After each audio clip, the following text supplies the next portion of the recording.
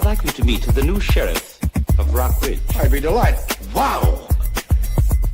I've got to talk to you. Come here. Have you gone berserk? Can't you see that that man is a nit? Wrong person. Forgive me. No offense intended. Have you gone berserk? Can't you see that that man is a nit? Nice beaver. Thank you. I just had it stuffed. Let me help you with that. I've heard police work is dangerous. It is. That's why I carry a big gun. Aren't you afraid it might go off accidentally? I used to have that problem. What did you do about it? I just think about baseball. Oh, man. Oh, we have plenty of viewers out there today because we have a very fun episode here. Welcome back to another exciting episode of the BW Flix, the Average Movie Critics. I'm James Martin, J Train, your host, along with my co-host, Brian Arndt, my man, my ace Boom Coon. How you doing, B? I'm doing all right, man. I'm doing real good. I'm in these movies a little bit for. I'm in a really good mood, man. These movies will have you in stitches the whole time, and as old as they are. What's up, Yenza, man? I hope you here for the long haul. Don't fall asleep. I hope we're not boring you to death. I hope you have a good time with these movies today. Look, I really enjoy watching these movies. One's 1974, one's 1988, and they still hold up very well, man. Hold up. And what I'm talking about, the movies are in order. First of all, this is our sixth episode of the BW Flix. I'm glad we're able to still be here talking to you, having fun. But the movies are the Blazing Saddles. Mel Brooks' Blazing Saddles in 1974, and The Naked Gun, The Police Squad in 1988 with the late great Leslie Nielsen. But we're going to be talking about Blazing Saddles at first. Brian, why don't you give us a little bit of the superlatives of that movie? All right. So Blazing Saddles, it was directed by Mel Brooks. He is also in the movie. He played the governor in the movie. And it's starring Cleavon Little as Bart, Gene Wilder as the Waco Kid, Harvey Korman as Hedley Lamar, Slim Pickens as Taggart, Madeline Kahn as Lily Von Stoop, and Alex Caress as Mungo. The music by John Morris. Production company was Crossroad Productions, distributed by Warner Brothers. It was released on February 7th, 1974. Running time is 93 minutes. The budget is $2.6 million, but the box office it made was $119.6 million. So people love comedy and racism. Phenomenal. And yes, exactly. And the great thing about this movie is that they specifically try to attack. Yes, we understand, my man. So the movies, this movie particularly, they attack so many different areas of things that was wrong with our country, with racism, segregation, murder, mayhem. Things you can just think of that was just terrible. And they made fun of it. They made fun of it all the way through everything. And there was self-deprecation. Mel Brooks himself, being a Jewish guy, he threw in Jewish jokes. There were racist, I'm going to say the N-word, nigger jokes. There was just sexism. Against females. It was everything. It was no holds barred. And the crazy thing about it is, if you would think a movie like this would be, I guess now would be considered a movie that would be risque or something that would be politically incorrect. canceled. Yes, or canceled. Yeah, cancel culture. But in reality, when you look at the movie, they're making fun. They're actually woke. They're making fun of the things to bring attention to all the things that were wrong with our country at the time. And while having you laugh at it and look at it to make it seem like they even said it. What some of the things, some of the people in the movie, Gene Wilder's character, Jim, the Waco Kid, called them morons. So it's a really good movie. But let me get you the premise of the movie. So it's a comedy, a satirical comedy, Western comedy that has many deliberate anachronisms. And if you don't know what anachronisms are out there, it's a big word that I had to look up myself when I saw it. And it's mixing things that don't belong in time periods. There were so many things, like we had Nazis in the Western comedy. Mm-hmm. We had Ku Klux Klansmen in the Western comedy. We had a mixture of the studio itself, the Warner Brothers studio, with the movie, the Chinese theater in the movie, Cadillac cars at the end of the movie to ride off into the sunset. So it was just, and that's just a small part of it. I'm just giving you some of the pieces of anachronisms that were in the movie, but deliberately done.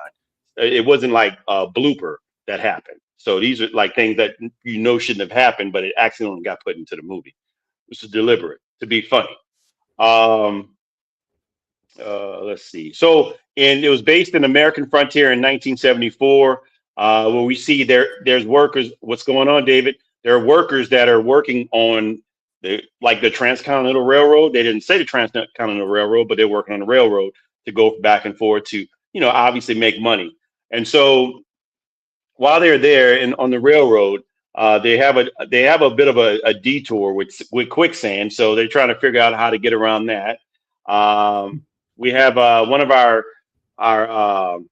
protagonists, Bart, gets sent out. Him and his partner, another black guy, they get sent to go to look into the situation with the quicksand, and they fall into it. So they fall into it. They realize that the train can't go any further, so they got to go to their boss, which is the antagonist, and that's the Attorney General Hedley Lamar. And if you realize why I'm saying it, like that's how Hedley talks. He talks very proper and evil and diabolical. And so Hedley Lamar, which is mistaken for the actress in the 1920s, Hedy Lamar, it gets referenced in the movie several times by everybody calling him Hetty, and he has to correct him saying Hedley. Did I say Odie? It's Hedley. Oh, it's Hedley. So while they're doing this, they're figuring out a way to be able to detour, and the way to detour is to go into the town called Rock Ridge. Rock Ridge is a town where it's got we're gonna go further back than that pretty soon. So yes, exactly. It's occupied by the small town of people, all white people, because again, this movie is deals with all racism and segregation. Yes, exactly. It is very corny in some parts, but it's very hysterical. It will have you in stitches in some part. And believe it or not, I don't know if you mentioned this about the screenplay. Mel Brooks was a writer, and Richard Pryor was a writer on this movie too, as well. Yes, neither was I, bro. 1 year. I 1 year before I was born. So I had no idea what Blazing Saddles was until I was about 7 or 8, and still didn't understand some things. I shouldn't have been watching this at 7 or 8, but I did. So let's just say, getting back to the movie, they figure out a way to go through another town, and not only go through that town, but to make a whole bunch of money. But they got to get rid of the people, inhabitants, and so they send as what's the guy's name? Bart, the main protagonist, becomes the sheriff there. He gets the governor to anoint him as the sheriff, so they can discourage the people from being in that town, and they make them want to leave the town, or they can actually take advantage of them, or take advantage of the town and make sure that these people, just follow their every whim. But things just seem to go wrong. I mean, it doesn't go as planned because Bart seems to be a really shrewd individual, and he's able to win over the people in the town. Yes, please find your VCR, my man. If you got beta, find it too. So you're probably too young to know what that is too. So Bart himself is able to win over the people in the town, and have like you said. There's you mentioned to me earlier. We got a video there's this character by the name of Mungo. He's huge, dim-witted character, antagonist that's meant to go into the town and take over the town. But let's watch that video real quick. You friends and neighbors kind of gather around and holy shit! Hey, you can't park that animal over there. It's illegal.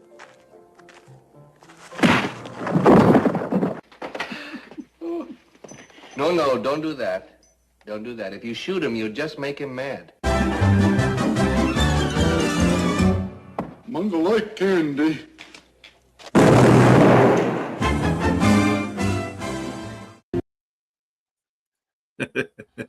So, so they were able to subdue Mungo, not with by using the strength, which they couldn't outdo him with strength.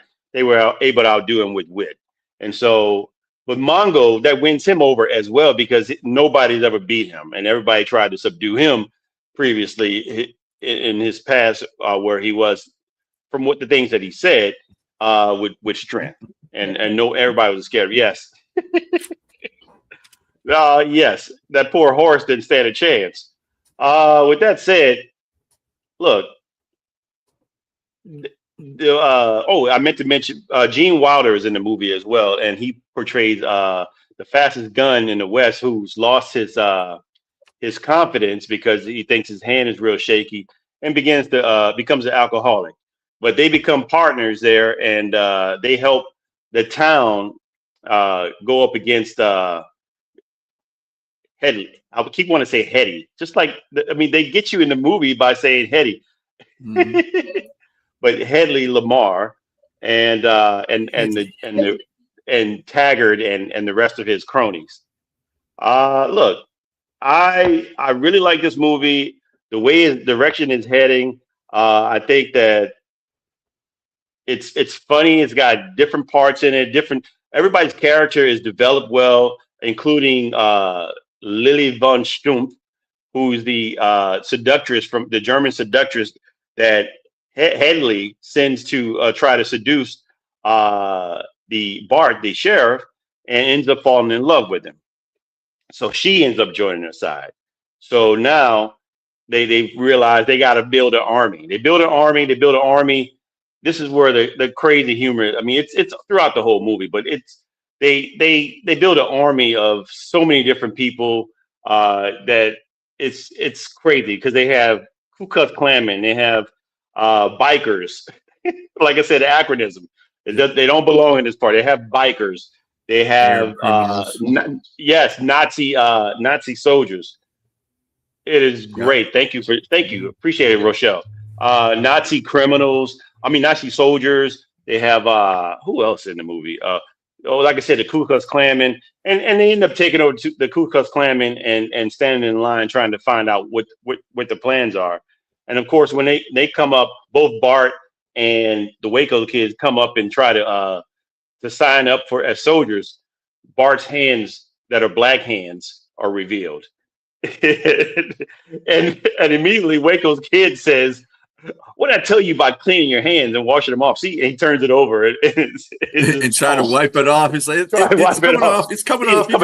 It shows his palm. And so, of course, Taggart realizes who they are. They run and they escape. And they concoct a plan to be able to stop them or slow them down and stop them from taking over the town. Which they eventually do. They get into a war. They get into a fight. They build a fake town, and they get into a fight there, and the town people take over and subdue the criminals and the thuggers and muggers and buggers and everything else that Headley Lamar says he was looking for. And Headley escapes, and actually they mix the movie set, the Western town, into the actual studio, into what's going like a burlesque, some sort of musical, Tuxedo Tales and Top Hats musical, and starts fighting these guys. And of course, Headley escapes, and he goes to the actual filming of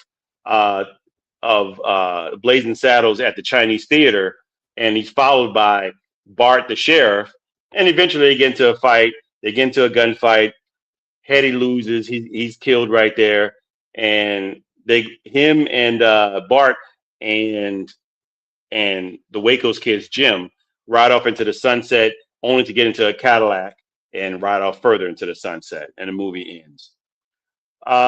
Look, man, this movie is crazy for its time. I believe in 1974. It was outrageous. Like you said, on a budget of 2.6, and they made 119 million. That's how, like you said, that's how great it was. That's what people were looking for. 1974. We're past, far past Jim Crow. We're far past the civil rights movement. Obviously, things are still going on, and we're in the black exploitation period. Where if you're African American, those are the movies in the 70s that you were offered that you were in, unless you were Sidney Poitier. Um, I loved it. I actually love every point that Mel Brooks tried to hit on, because again, he was very self-deprecating. Like I said, nothing was there was no holds bar on anything. They attacked racism, they attacked sexism, they attacked uh, uh, Native Americans, blacks, Irish, Chinese, white. Everybody looked silly and crazy and funny in this movie, and it was a masterpiece to me. I think everything. I like the acronym, how Mel Brooks' genius, and of course Richard Pryor and the other guys that were writing, they were able to fuse other parts of time periods and put it into this Western, so you just wouldn't look at it as a Western. Of course, even though it was a comedy satire, it still was. It was very brilliant how they were able to put to just collaborate those pieces together and make it a masterpiece to me. I like Mel Brooks. I've always been a fan of his movies. Later on, you be talking about Young Frankenstein. We're talking about The Producers, Spaceballs, different movies. Yes, one of my favorites. But this is History of the World. But this by far is like you told me off air that you probably watched this over 500 times.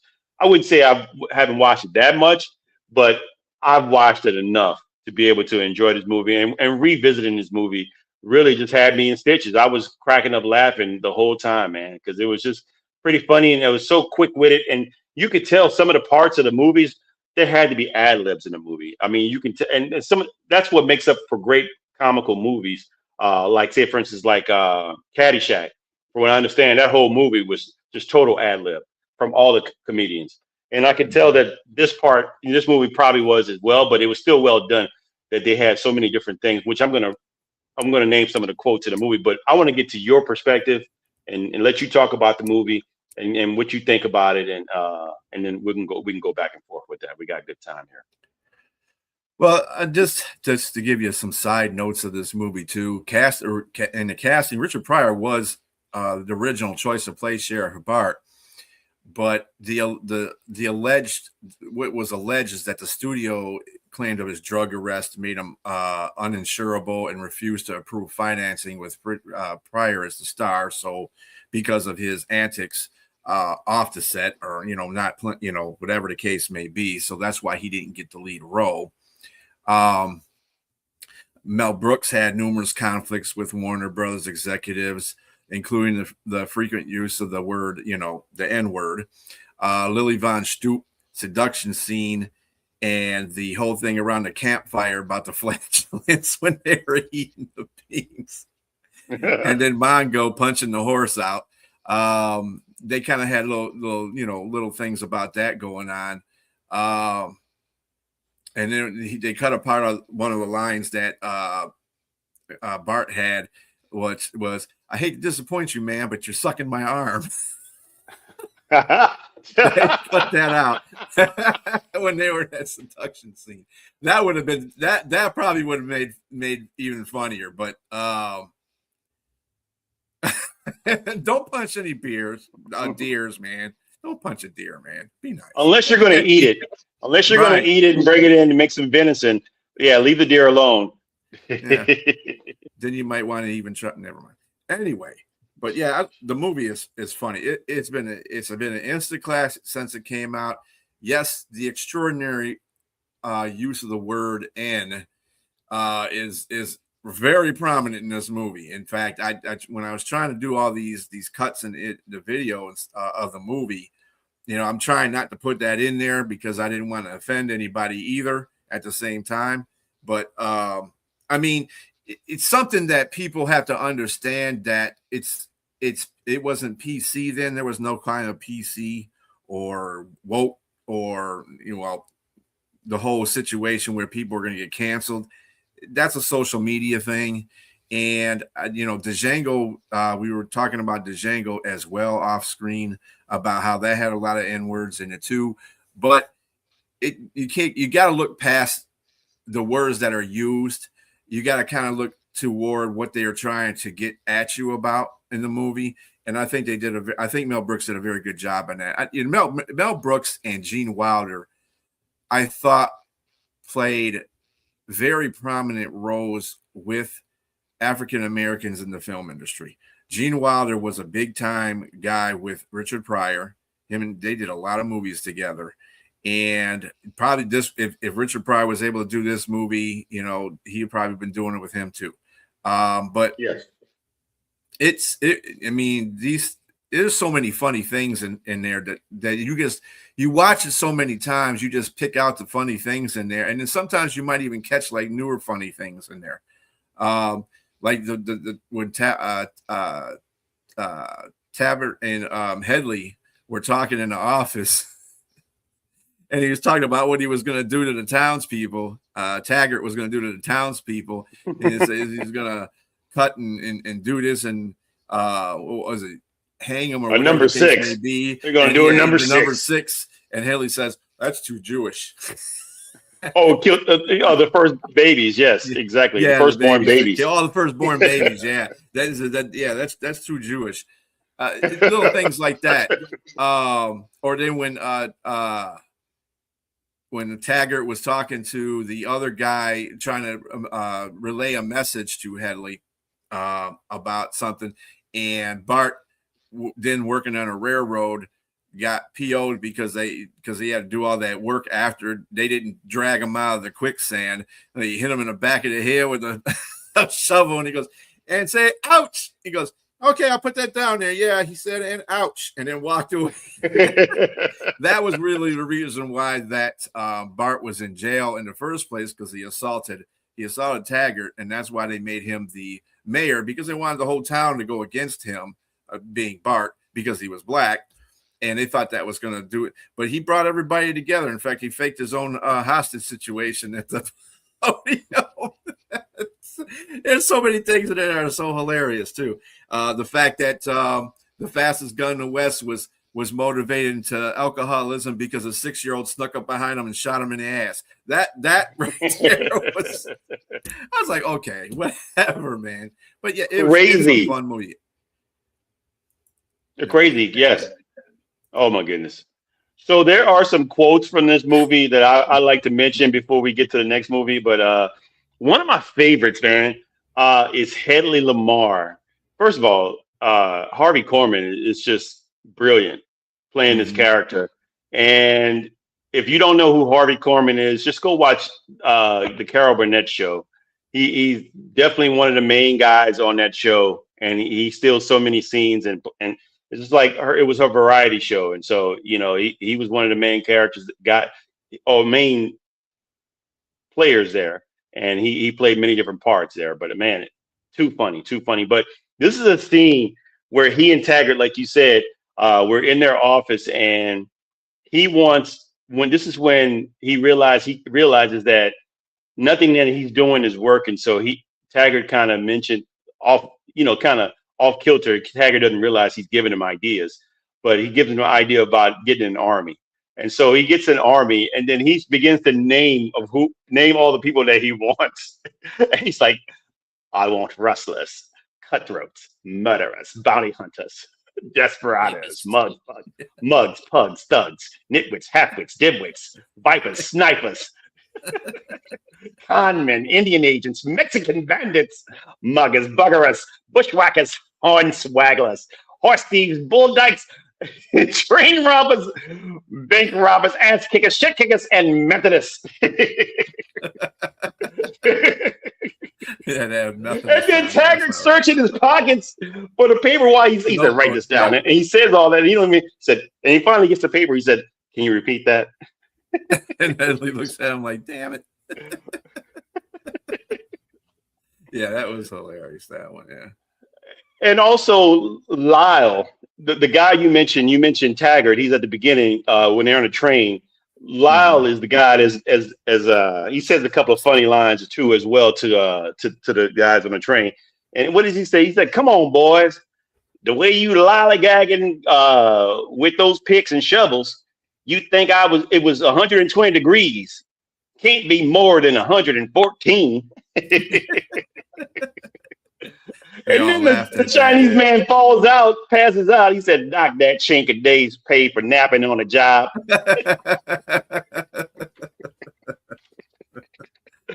It's crazy. So, and he looks at the black men, and man, it's just so stereotypical, man. It's just hilarious. But they find a way to make fun of these guys. But I mean, Lyle goes on to say to them, he says, "Now, come on, boys, where's your spirits? I don't hear no singing. When you were slaves, you sang like birds. Go on. How about a good old nigger work song?" And they're like, "Nigga work song?" And he says, and Bart starts singing. He looks at him, he's like, he said, "Get no kick from champagne. Mere alcohol doesn't thrill me at all. So tell me, why should it be true that I get a belt out of you?" Bum, bum, bum, bum, bum, bum, bum, so bum, far bum. from the spirituals that were sung from, yeah. And he says, hold it. What in the hell is that shit? And then he started acting out. And he said, "I'm talking about songs, a real song. Like Swing Low, Sweet Chariot." He's like, "Swing low." The black dudes are looking at each other like, "Swing low, sweet chariot." They don't know. And so that's pretty funny to me. And you know, it's just things like that. It makes him look real stupid in the movie, and it's just funny. Mel Gibson, him and Richard Pryor, man, are brilliant, very brilliant, and it was great collaboration. And like you said, with Mel Brooks. I said Mel Gibson, Mel Brooks, and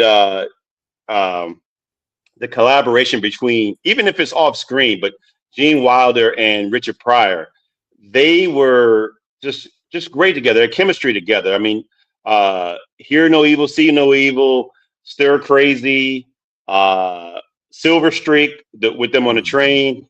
Just great movies, man. Just have you in stitches, you know. But I really enjoyed this movie, man. And that being said, I have to give this 5 buckets of popcorn with extra butter sauce. I mean, for me, it's just something I can repeat. If I see it on the screen, yes, then they're singing the Champagne song. Or they're singing Camptown Lady. They're saying right now, they're saying Camptown Lady. But I really enjoy this movie. Just watching it again just warms my heart, man. Just because, again, the premise of it and what it's meant to attack and what it's meant to do. And it's just a brilliant comedy and satire while doing so. What do you think, my man? Hey, I'm giving it a 5 too. Give it with butter, but I am giving it a 5 because it's going to be a movie that's going to go out through time. I mean, you can't make this stuff up as far as how they produced this movie, and it's always good. It's really, if you think about it, the movie's relevant for today. Yeah, you could replace some certain 1974-ish stuff that they got in there with 2026 stuff, but at the same time, they could probably remake this movie if people weren't in the cancel culture that they were, and it would still live on forever. It's one of those movies that can do that. It's funny. And this is what do you really comedy think they is. can remake this? I mean, would you really want anybody to touch that? Oh man, it's just comedy gold. I just don't know. You know what? I think that I mean, if they wanted to remake it, that's what they would have to. They would have to do. They would have to change a lot of stuff in it to make it more current, obviously. But at the same time, you know, because of this cancel culture, it would be hard to make that movie now because people would be like, you say anywhere, and they're doing this and they're doing that, and they punched a horse. Peter would be all over that. You know, or the whole. I don't think the sexual scenes would be so hard to deal with. I think. I mean, there's no nudity. It's nothing. No, it's just left for the imagination with good comedy. Yeah, so that's what makes it really like a masterpiece to me. Because I mean, most movies back then they didn't really show anything. You had, I mean, like movies back in the day, you had to have the imagination. Maybe so, Rochelle. Maybe I think the Wayans, because you know they're doing another scary movie now too. I think they got the rights back to their movies. So they're actually doing another scary movie. But you're probably right. They probably could do it. Peter probably hates. They probably hate this movie now. They probably hate it already. But now we're gonna move along to the next movie, which is Naked Gun. Again, this is actually one of my wife's favorites. But I actually enjoyed it too as well. We sat down and watched it together, and we were both laughing, man. It was still pretty funny. Naked Gun from the Files of Police Squad. And believe it or not, I never knew that this was from a series that came out in '82 with Leslie Nielsen as the main protagonist, called The Police Squad, which makes sense why it's called From the Files of the Police Squad. This movie is, like I said, in 1988, and I'll let you go ahead with the superlatives on that. All right. So good old The Naked Gun. It was directed by David Zucker. It's starring Leslie Nielsen as Lieutenant Frank Drebin, George Kennedy as Captain Ed Hocken, Ricardo Montalban as Vincent Ludwig. Priscilla Presley was in this movie as Jane Spencer, and O.J. Simpson as Detective Norberg. Music was by Ira Newborn. Production company was Paramount Pictures, which was also the distribution company. Was released in December 2nd, 1988. Running time is 85 minutes. Budget was $14.5 million. The box office was $152.4 million. So basically, ladies and gentlemen, both movies were major hits. Major hits. Hey, Sonia. Cool. What's going on, Sonia? How you doing? Yes, Naked Gun and its sequels were definitely very funny. Yes. So let's get to it. Frank Drebin. Leslie Nielsen is crazy as Frank Drebin. His humor is different. It's not. I mean, it's like total contrast from what the movie we just talked about, because he's serious. He's serious in his portrayal of a police officer, but everything he says is stupid and just totally off kilter and not what it's supposed to be. So him on a vacation in Beirut. I don't know who goes on vacation in Beirut.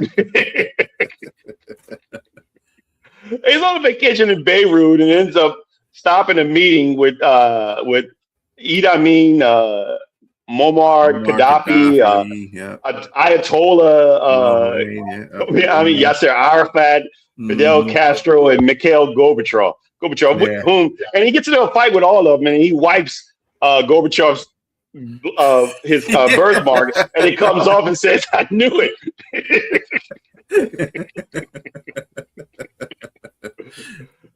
Goes back home a hero, gets off the plane thinking everybody is there for him, until it turns out everybody, and he pulls up to the mic talking about his ex-wife, and you know, is it really true about his wife? And the captain tells him that yes, he left him for some gymnast or something like that, and the sex is the best she ever had. Like, it's way too much information, but they're there. The people are there for Weird Al Yankovic getting off the plane as well.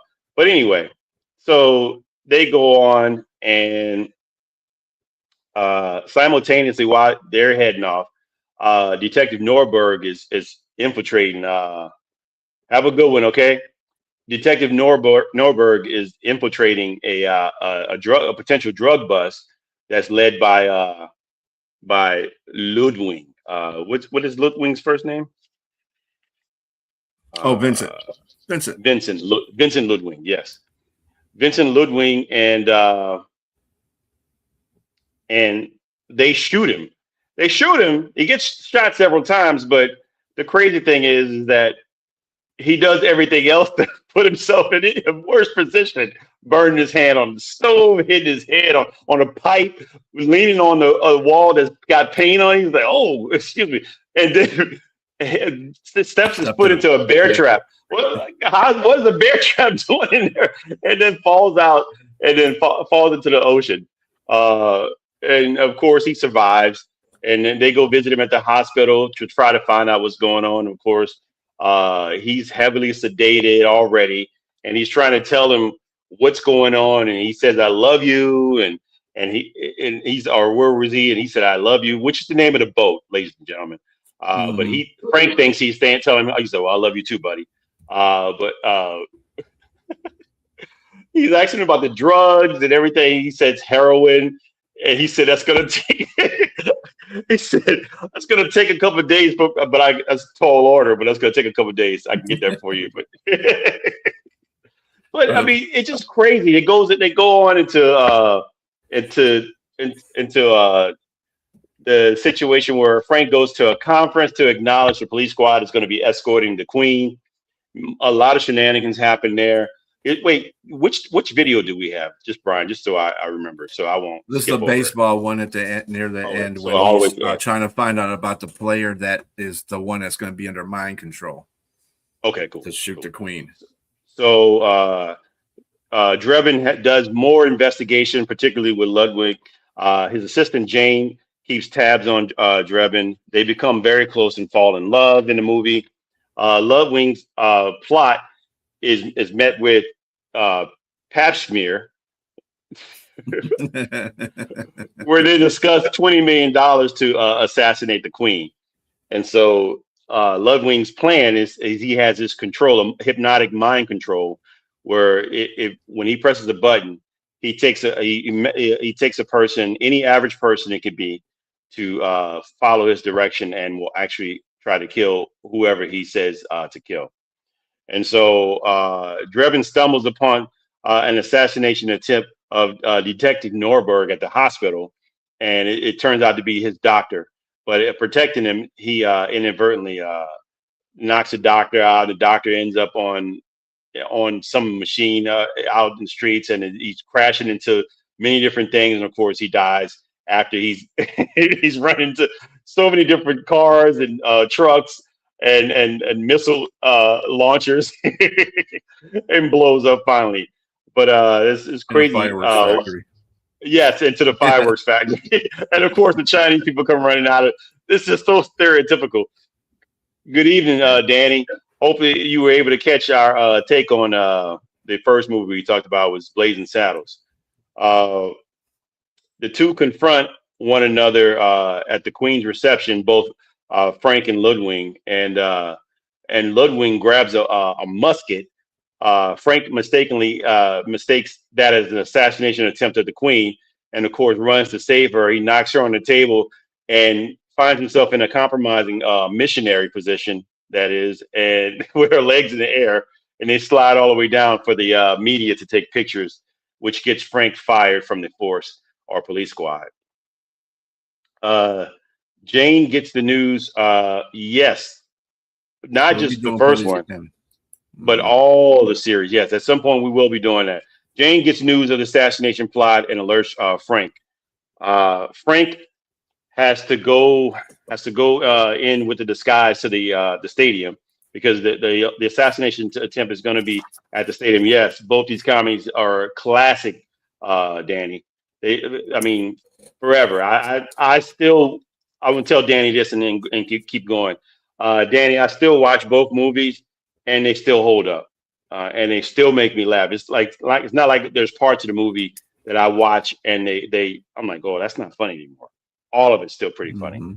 So Frank goes into disguise first as an opera singer that he ties up and holds him into the into the dressing room where he is and goes out and sings. Is this a part or a little bit later that we need to do the video? It's the one where he's the umpire. Yes. So he does the American anthem, and it's terrible. And then he goes back and then becomes an umpire as he knocks one of the guys out and takes his uniform and goes out to go call the game. And we're gonna watch a video quick on that real quick. Or should I tell a little more about it? No, you're good.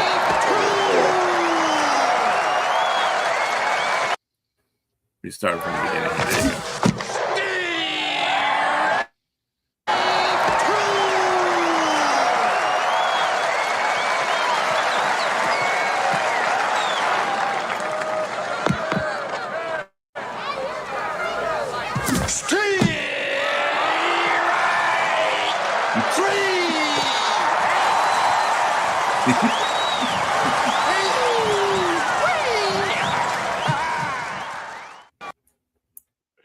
So he calls a strike before it even comes to the catcher, because he was so excited about how everybody was cheering him on. He think everything's for him, man. Oh my god, they never get stale or old, man. It's just hilarious. And so I think the thing about that, the movie at this time coming out, or us reviewing it, and the way baseball is right now, if people would kind of rather go back to the old days of the umpire calling the balls and the strikes than ABS. In fact, that's just that. Oh man, I wonder if Keith watches the show, man. We should get him to watch these shows. But we probably got to do movies like Major League and Field of Dreams or something like that, or Necessary Roughness, which are great movies, all great. Yeah, oh yes, he probably ever since our bomb of that movie, he probably stopped watching. But that being said, so Frank, he let me see, he gets into it with the ump and the manager. And they're fussing over the calls because at some point he's got to stall the next call, because if he strikes out another guy, it's about to be an assassination attempt. And so he calls ball, and they're clearly not ball. They're over the plate, and he keeps giving the guy a ball. So they're fussing about that, and of course they get into it, and the guy hits the ball up in the air, and he tries to catch the ball. He throws a whole bunch of balls out, and they still get the guy out. They still get the guy out. And that's when Reggie Jackson, who's he's on the Angels, right? He's playing on the Angels. He's playing on the Angels. He gets called. He's the assassinator, and the button gets clicked, and he goes to try to assassinate the Queen. Frank tries to shoot him with his lapel tranquilizer. He misses and hits the woman up in the upper deck. And then she falls on Reggie Jackson and stalls the assassination attempt on the Queen. And of course, Frank is the hero. But Ludwig takes Jane as his hostage, and he goes after them. His tranquilizer this time gets Ludwig. Ludwig falls over. He's steamrolled. He's ran over by the USC marching band. And they said before that, it was like, oh yeah, don't worry about it. He'll be all right. Just gonna put him to sleep. And he goes over the rail and gets squished. Right. Squished was like, and marched on. And accidentally they step on the button, and it activates Jane's hypnosis, and she goes to try to kill Frank. Frank talks her down and tells her he loves her and professes love in front of everybody. Everybody's crying and makes up, and he talks her down, and they hug. And of course, Norberg comes out of the hospital in a wheelchair. He's glad to see him, and he accidentally knocks him down. He goes down the steps and flips over the rail and falls down. The end. Too many pieces to cover in this movie. So many funny parts in this movie, man. It's just hilarious. Just one of my favorite movies, man. Naked Gun 2 was good. Naked Gun 3 was okay. When he went to prison with the criminals to escape, it was okay. But I love this movie. Naked Gun is one of my favorites. I'm going to give it 5 stars without the extra butter, but I give it 5 stars because it just like I said, it just holds up. It's pretty funny. Yeah, I liked it. Now, as far as it being comparable, see, because when you do these reviews, I try to compare one up to the other one. But Blazing Saddles was basically a blazing movie for that, a trailblazing movie for that particular period of time, and it can last until this bit of time if people weren't so in cancellation mode. Now you gotta understand the politics of the movie and when it was done, and a lot of those politics still apply for today too. That's the thing.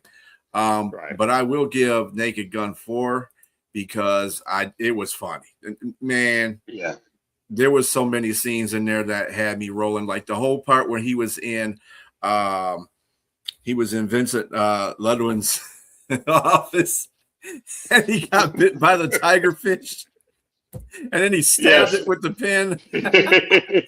Peter wouldn't like that one either. No.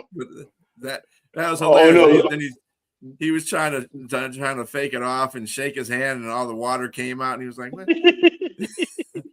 No, let's go back to the scene where he goes in and sneaks into Vincent Ludwig's apartment, and he accidentally burns the letter and has to go out in the window, and he's hanging from the he touches the lady on her breast when she opens the door because first of all he touches the statue's breast and he's trying to hold on, and then he goes and she windows, she screams, and he's holding onto her breast and she's screaming, looking down. And then he goes and grabs onto the penis of the statue. Oh, the statue. and then when he steps and he's hanging on for dear life, and then he steps up and he turns it upside down. It's crazy. Crazy. And go ahead. Go ahead. It was pretty funny in there too. Yes. The next day when he got into her office, like she was just rolling out everything that he had did. And normally that would probably take somebody off the force and everything like that, but no, not him. Especially when she said that we can't have what happened last year. He said, when I see crazy 5 crazy people in the park doing something, I forgot what he said, paraphrasing, I shoot him. That's what I do. She said it was in a Shakespearean play. You killed 5 really good actors. You moron. That's what she said. They were all Shakespearean play actors, you moron. Crazy movie, man. But we're gonna go ahead and And I initially I did give it 4 stars like you did, man. But I just looked back and just thought about it. And I watched it again, and I was like, man, this is really a funny movie. I'm probably going to watch it again, that and Blazing Saddles again after not tonight, but I mean, sometime this week, I'll probably watch it again, man, because they're just very funny, man. Like I said, they just hold up well. But let's get into a bio. And just, we were talking about the aforementioned Leslie Nielsen. That's the bio that we're going to talk about today. Leslie Nielsen was born February. Let me see. Now I'm going to have to pick with which movie to watch tonight. Naked Gun wins by an eyelash. So he was born February 11th, 1926, and he passed in November 28th, 2010. He was 84 years old. He's Canadian-American actor and comedian that had a career that spanned over 60 years, man. 60 years, appearing in over 100 films, over 150 television spots, and he portrayed over 220 characters. Talk about hardest working man in show business. That's a long time and a lot of work, man. He was married 4 times, died while married to his last wife, and he had 2 children. Leslie's father was Danish born, and he was a constable in the Royal Canadian Mounted Police. His eldest brother, Eric Nielsen, was born in 1924. He died in 2008. Was a longtime Canadian member of Parliament, cabinet minister, and deputy prime minister of Canada from 1984 to 86. So Leslie's career began in television during the golden age of appearing in 46 live programs in 1950 alone. He was paid very little, making roughly $75 to $100 per episode. He did Broadway for the first time in 1952, and his debut was Seagulls over Sorrento as a petty officer named Petty Officer Herbert. In 1956, he made his feature film debut in a musical called The Vagabond King. His second film was a sci-fi movie, which I got to check out because I remember seeing, I think this might have been on Mystery Science Theater once before, I'm not sure, but The Forbidden Planet, which got him a contract with Metro Goldwyn Mayer, or MGM for short. It was an instant success. In 1957, he was in a rom-com called Tommy and the Bachelor, but he ended up leaving MGM trying for larger roles like Ben-Hur in 1959, but was beat out by Stephen Boyd.